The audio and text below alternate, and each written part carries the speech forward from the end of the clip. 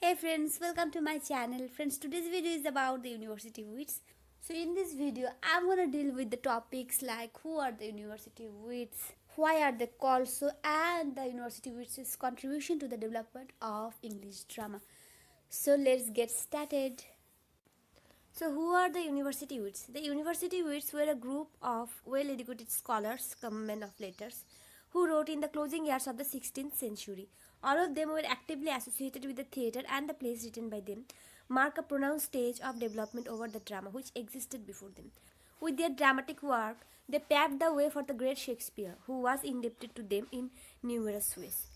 John Lilly, Robert Greene, George Pelly, Thomas Lodge, Thomas Nash, Thomas Kidd, Christopher Marlowe are the names of the universities.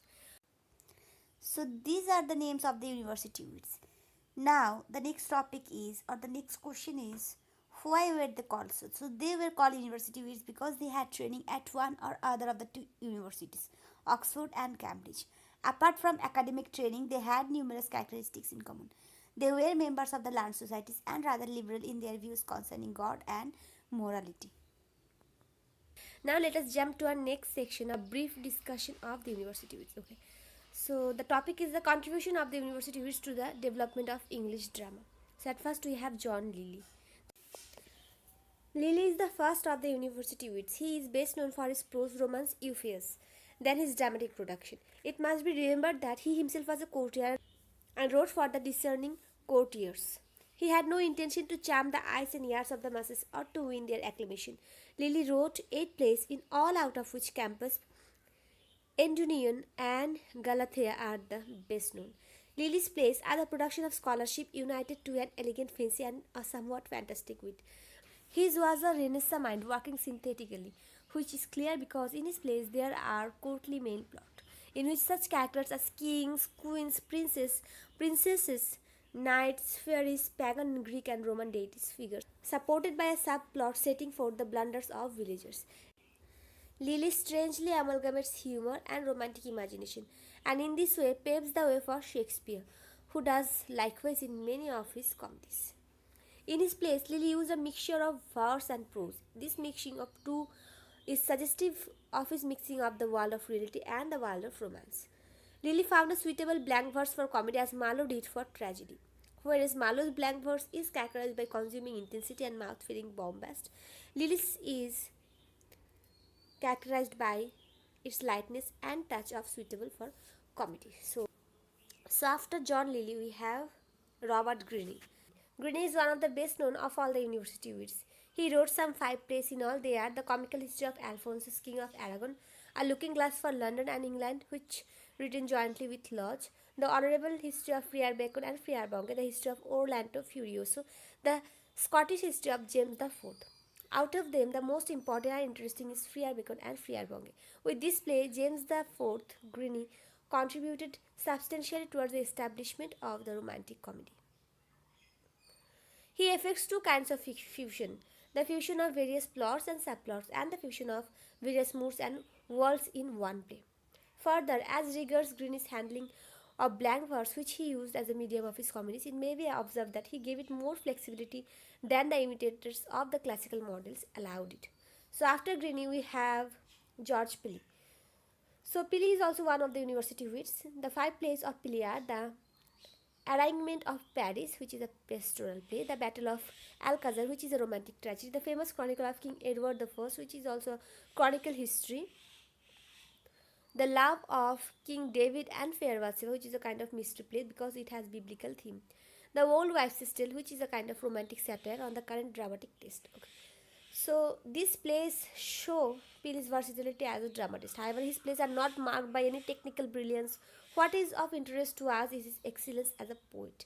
Campton Rickett observes that he shares with Marlowe the honor of informing blank verse with musical ability that, in the later hand of Shakespeare, was to be one of its most important characteristics.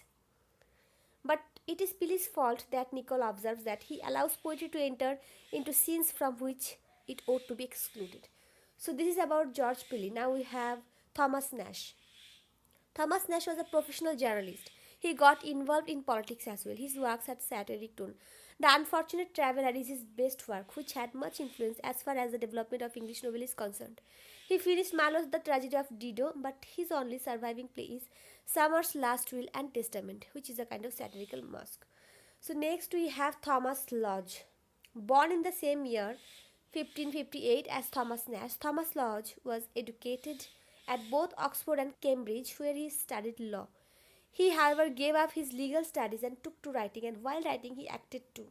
Nash produced very little in quantity, and it is assumed that he collaborated with Shakespeare in Henry VI. The Wounds of Civil War, a kind of chronicle play, is considered to be Lodge's own work. He also wrote prose romances, the most famous of which is Rose Silently, Euphues' Golden Legacy, which was the chief source of Shakespeare's As You Like It.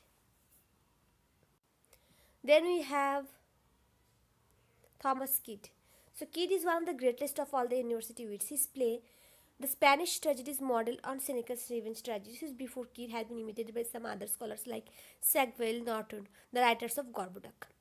But whereas Gorboduc was rather slavishly and strictly based on Seneca, Kyd is much more flexible in his attempt. Of course, there are murders and bloodshed, suicides, and horrifying events, the ghost, and many other Senecan features. Yet the Spanish tragedy breaks away from the Senecan tradition on various points. For example, there is much action on the stage itself.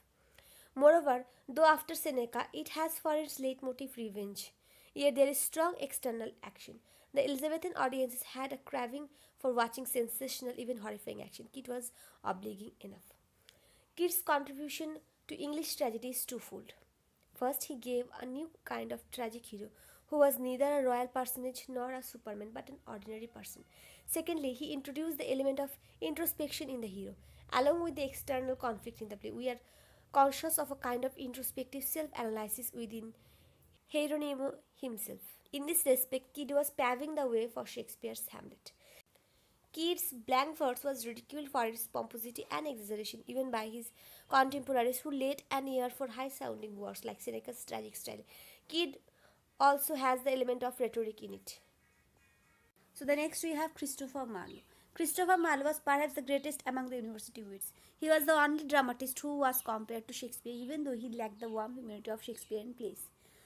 Marlowe was fond of tragic in literature. He had no interest in comedy. Again, as a dramatist, he had some serious limitations, especially in plot construction.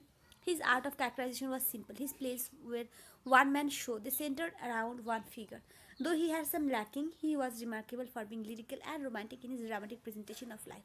All his plays were poetic and artistic. Tamburlaine the Great, The Jew of Malta, and Dr. Faustus are his best works. The Jew of Malta, Dr. Faustus, clearly show Marlowe's love for conventional Machiavellian hero. Edward II is his best work, with a well-constructed plot. Though the characterization is simple, in this play the material drawn from Holinshed's Chronicles is neatly compressed. Its hero cannot claim to be truly tragic, but in the murder scene he arouses deep pathos. Marlowe's contribution to English play are as follows. He glorified the matter of the drama by his sweep of imagination as reflected in the stories. He vitalized the manner and matter of the drama as reflected in characterization. He clarified and gave coherence to the drama as reflected in his blank verse. So this is it about Christopher Marlowe, and then we have the conclusion of the university wits. Conclusion. Thus we can conclude that the university wits have much influence in the history of English drama. Their dramas, especially the romantic comedies, are of a great height. We can find their influence in later dramas of the Elizabethan period. Thank you so much for watching this video, and if you want to get more videos, then please stay connected with me by subscribing Literary Diary. So on this note, I am signing off. Bye bye. See you in the next session.